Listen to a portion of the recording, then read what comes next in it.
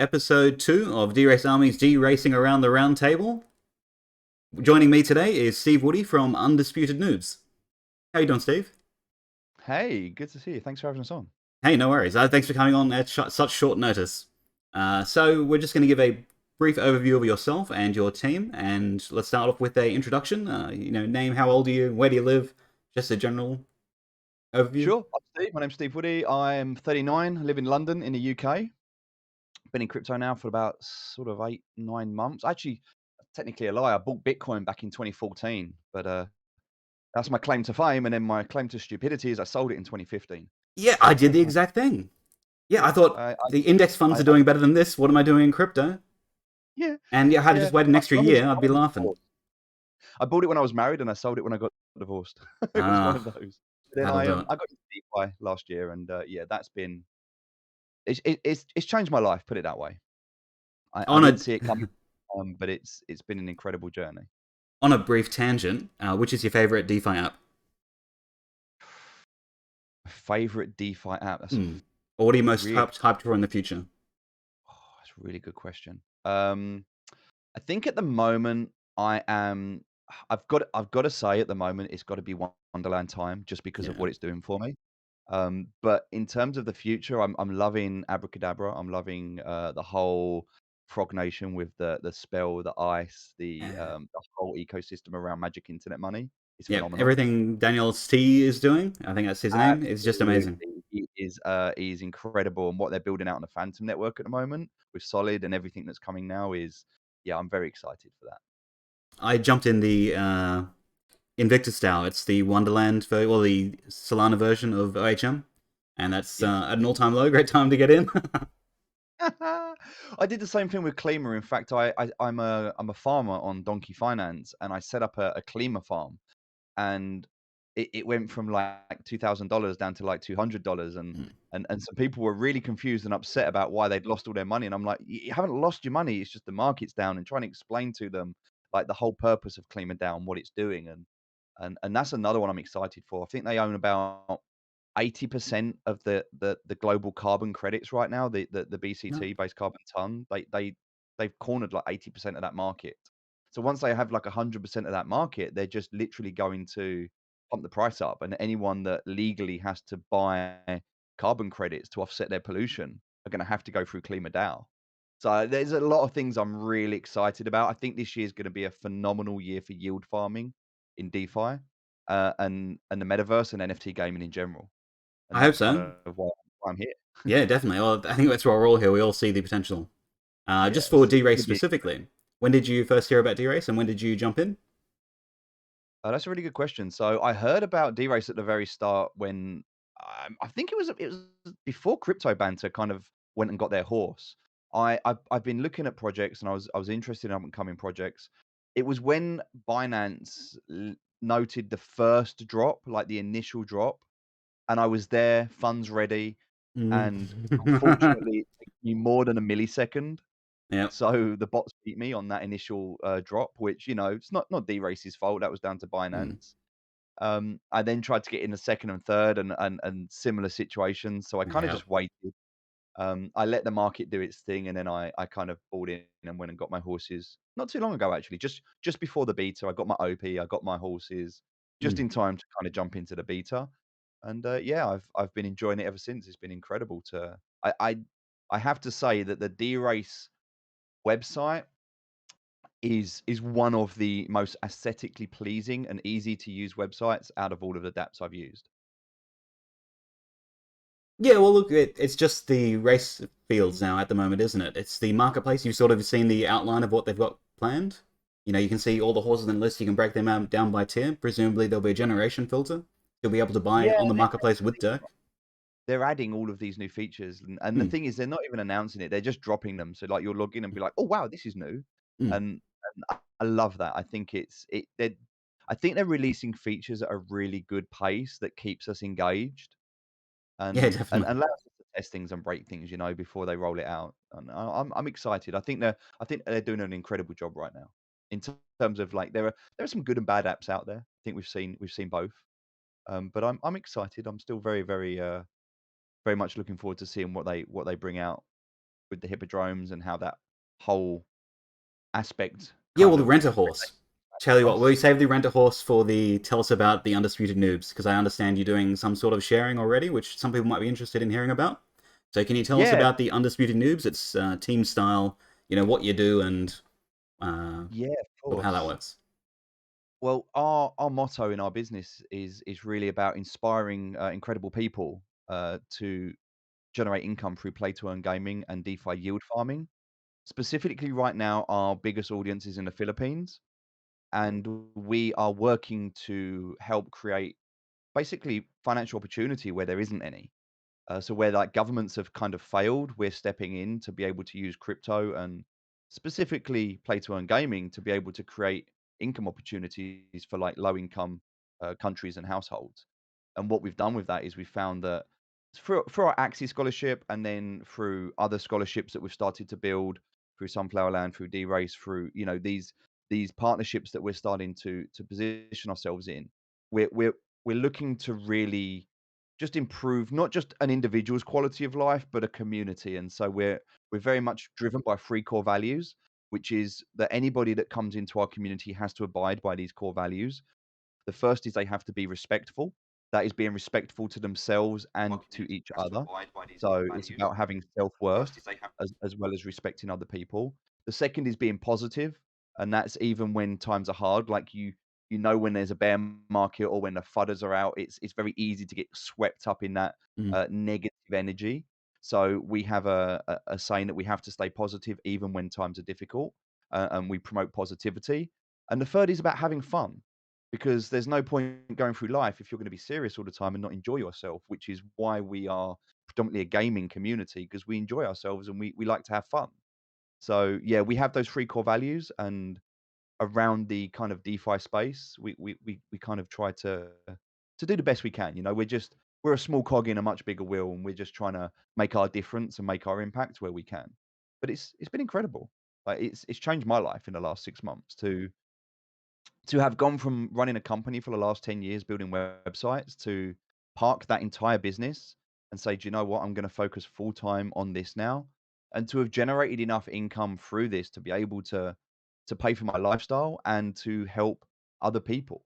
I mean, we've been able to provide water wells for schools. We've been able to provide education materials for schools.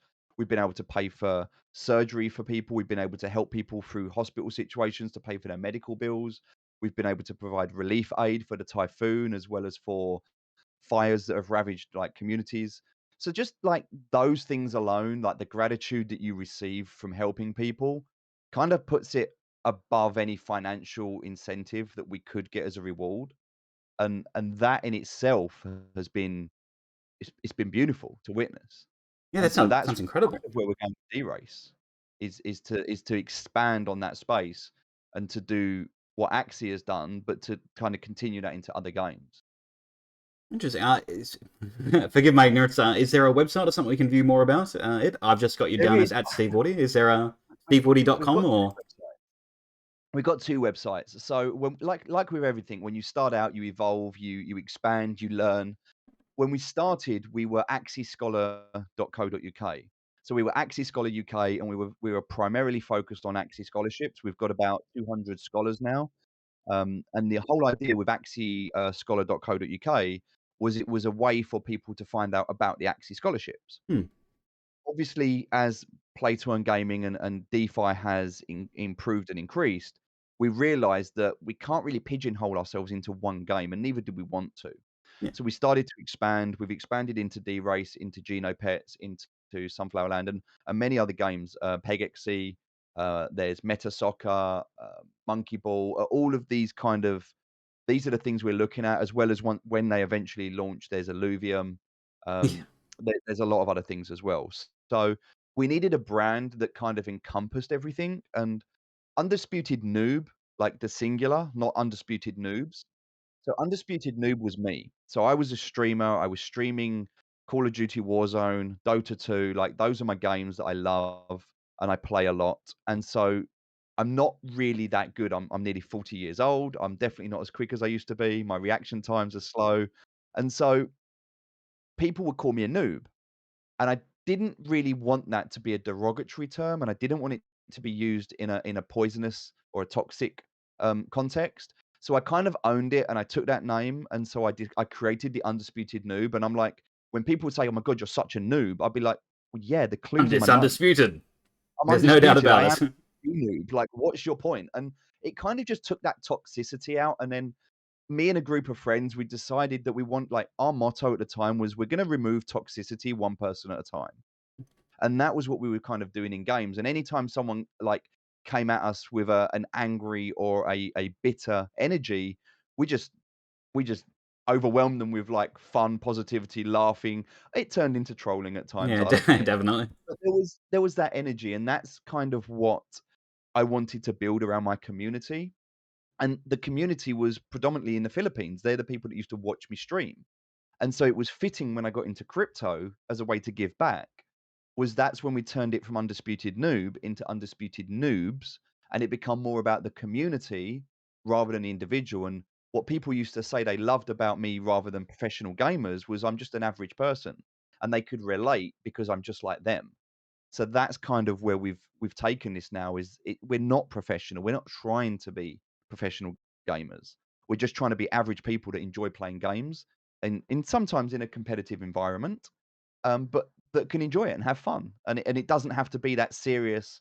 We see it with MMR and ELO rankings. You Mm. know, if you're involved in a team and you lose MMR, then that's where a lot of toxicity Yeah. tends to come You out. get angry, you slam the desk. Oh, it's not your fault. Why did you do this? Yeah, Yeah. yeah, like, "Oh my god, why were you not in the right place at the right Yeah. time? Like, how Should have did you read not my know?" mind. Yeah. So that's what we've been trying to counter is the approach to that, and that's kind of why we exist. Well, actually really blew up with when the scholarship program got announced that people were turning it into a full-time job and being able to do crypto or even just making money from games is something we are of comparable ages. I'm not quite 39, but growing up, yeah, playing first-person shooters and Warcraft 3 custom maps, Dota, being able to Mhm. make money was always the dream. I don't want to go to work. I just want to play video games. And we're getting to the stage where that's somewhat possible. And so Very much so. continuing We're that would be really going to be exciting.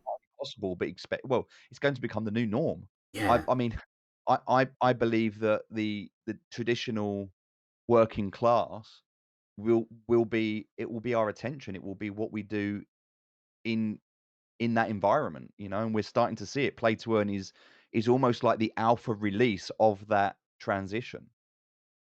Hopefully, it will continue for years.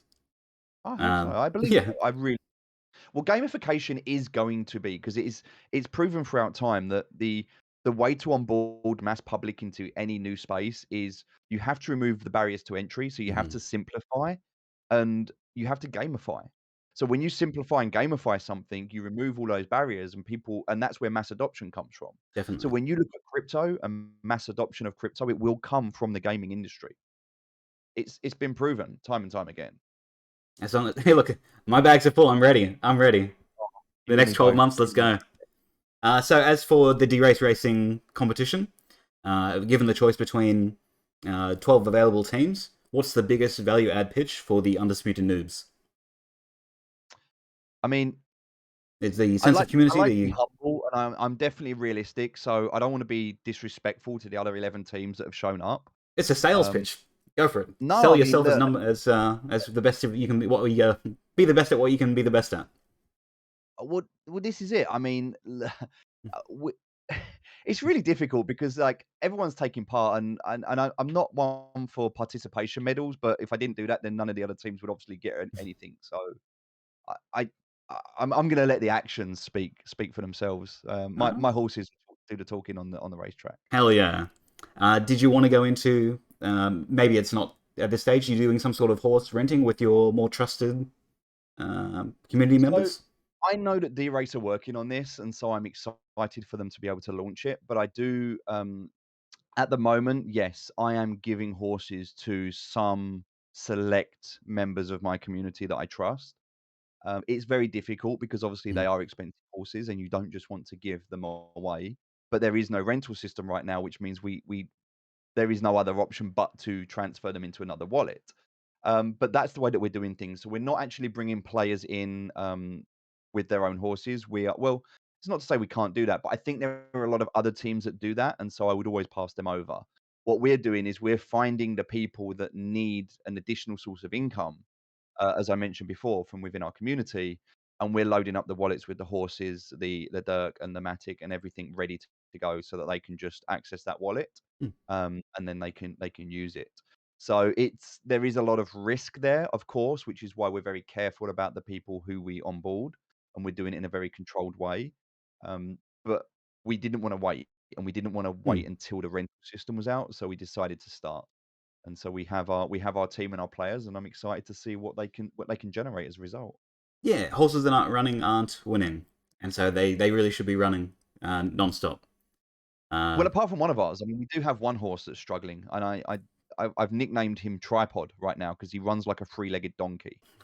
Um, is he stealing your hasn't Dirk? been to a race, bless him. In fact, that's his claim to fame. He is the best worst horse. Ooh. I actually have But yeah, stats on the best he worst has a horse. I think 0 it's number 2060. It's the horse ID. He's down 270 Dirk or something to that effect. It's a huge amount. Yeah. Yeah, Uh, that's crazy. are you able to give a brief overview of your roster of all stars or your different members in your team? So you've got some trusted team managers that people could reach out to and speak with if they wanted to ask for more information. Yeah, absolutely. So we have Fitzee. Fitzee is he's a good friend. I met him at an event actually in London many, many years ago, and we connected and we stayed in touch, and we never really spoke that much apart from being connected on social media. And then when the whole DeFi crypto thing started to blow up and the streaming, I was inviting people to my Discord, and I had hundreds and hundreds of people joining my Discord, and I was streaming, and so I couldn't build the Discord, and I was starting to panic a bit on stream, and I'm like, "Oh my god," like, literally just people just piling into the Discord, and I I panicked, and I put a post out on Facebook, and I said, "I need help." And, Fitzy responded, and he's like, "What help do you need?" I said, "I don't know. I don't know what I need. I just need help." And it was a bit of a joke, but he said, "Well, what do you need help with right now?" And I was like, "I need someone to build my Discord. That's the first thing I need." And he said, "Okay, well, what do you need?" I was like, "I don't know." I said, "I can't handle this at the moment. It's overwhelming." And he said, "Look, give me access to your Discord, make me an admin, and just leave me alone." And that was kind of like music to my ears Yeah. because what that did is it allowed me to kind of focus on the stream and not worry. And then I saw that I could, because on my other screen I could kind of see this Discord just being created in front of my eyes, and it inspired me to jump in with him. And so we just started bouncing off of each other, and hey, we should do this, let's build that. And now we've got this incredible community, we've got this beautiful Discord server, and it's allowed us to grow. So he's kind of been there from the very start. He didn't know anything about crypto. um I got him into crypto. He was able to generate some, and now he's got his own holdings, and so he's very much involved now in a lot of, like, everything I do. Fitzy is the He's the shield from all of the shit. That's the way I say it, because he protects me so that I can focus and do what I need to do, and he just deals with everything else. He deals with the community, the management, the payroll. He deals with all of the admin tasks. He is like the he's the if the cogs to the machine, he's the oil to that machine. Is he for So I hire? trust him. He comes to my house, does everything here. I know him personally now, and so yeah, he is probably the person I trust most in crypto. Um, and then we have our coach. So we actually hired a coach in the Philippines to teach Axie, and this guy is so incredible, so beautiful. Like, he's got the purest heart of anybody I've ever met. He's the nicest person. His family are incredible. Like, his son reached out to me recently and was like, "Oh my god, you're my dad's hero." And I was like, "Really? Wow." I said, "Well, your dad's my hero." And like, it's just, they've got such a beautiful, beautiful family. And his name's Cody. So we've got Coach Cody and Fitzee. They are my two all stars, and yeah, they're going to be leading the charge, so to speak. No pun intended. FITZY for Fitzy? Fitzee. Fitzee. On screen. Cody or Fitzy, if you wanted to reach out to Steve Woody and he's too busy. Yeah, yeah, absolutely. Yeah, I am Fitzee on Twitter, and Coach Cody. Yeah, they are, and they're in the community. They're in the D-Race community. They're actually going to be race. So Fitzy's the manager. He's my main manager, and Fitzee and Cody are both also players as well. So they're going to be starting the the uh, the Dirk Army. The core of the team. Oh yeah, they're going to be there to test this out and see how this goes and provide feedback. Hey, that's fantastic. So for your most serious concern with D-Race, your biggest FUD, what is just niggling in the back of your brain, thinking, "Oh, I hope they don't do this," Oh, and you have stay to on criticize. Matic. You have to. So, okay, I mean, look, I'm gonna apologize to anyone in the community that may have been affected by, recent events. For those of you that maybe don't know, I'll briefly explain. Hmm. I was racing. I was in D-Race. I was racing my horses, and I noticed gas fees creeping up ever so slightly, and I'm quite inquisitive, so it caused me to open up Polyscan, and I looked at the gas tracker, and I saw that the network was being bombarded with what looked like a DDoS attack at the time, and I thought it was a scammer. But I did a bit of research, and I noticed this token called SFF, and I thought, well, okay, what's this? And I found the Discord, and I found their website, and I found it was a game, a play to earn game, and I was interested, and I was like, okay, let me investigate this. Is it just blowing up, and we're noticing it blowing up? Why is it affecting Matic? And so I got into the community before it blew up, and yeah, let's just say that I've become a part of the core team. So I'm now a partner, and I'm a key investor in the platform. But at the time, what happened was it it crashed Matic, and we saw that for a while we were actually unable to race, we were unable to use Matic. There was a lot of angry people reaching out. Now, it wasn't necessarily the game's fault. Yes, the smart contract that was deployed was not gas efficient, and there were a lot of things that the team learned. But this was a part-time team that were passionate about games that built this, and it kind of blew up and it got all its exposure. I mean, we were mentioned in Bloomberg, crypto news, like Binance, everyone picked up on it, and it was because bots had exploited the smart contract. But because bots had exploited the smart contract, that pumped the gas. Because the gas got pumped, people came to find out what was Yeah. happening. And it created this kind of beautiful marketing campaign that you could never have expected to happen. And it caused the price of the coin to go from 10 cents to $7. So now we've got this incredible game that everyone's like going mental over, and it got exploited, unfortunately. So they took the smart contract down, they put everything to one side, and they're in the process right now of rebuilding. But that in itself caused all of that challenge that we experienced on the Matic network. So to answer your question, um, one, I'm sorry for that happening, but two, I really hope that D-Race when they launch, because they're gonna experience a similar thing when they launch, in that is Matic really scalable? I mean, Matic was designed as a scalable solution for the Ethereum network. Ethereum was rendered unusable by OpenSea and Axie. And Axie went away and built their own sidechain. They built the Ronin network. OpenSea still uses, but they're now on Matic as well. But if Matic is a scaling solution for Ethereum, what's the scaling solution for Matic? True. If Matic is struggling with one dApp, what happens when there's 10 dApps all running at full capacity? Mm. How does Matic scale? So my concern right now is for D-Race to stay on one solution that isn't right now, and I'm not to say it won't be in the future, but isn't right now scalable. I would like to see D-Race become cross-chain. Oh, that's a good call. Because look, if you can't play, you forget about it. You sell your horse, you go on to the next thing. You Yeah, need to be able to play when you want to play and have it ready to go all the time. And look, absolutely. 6 months from now, if it does get big and there are other big apps going around, I don't want to be paying one Matic per race.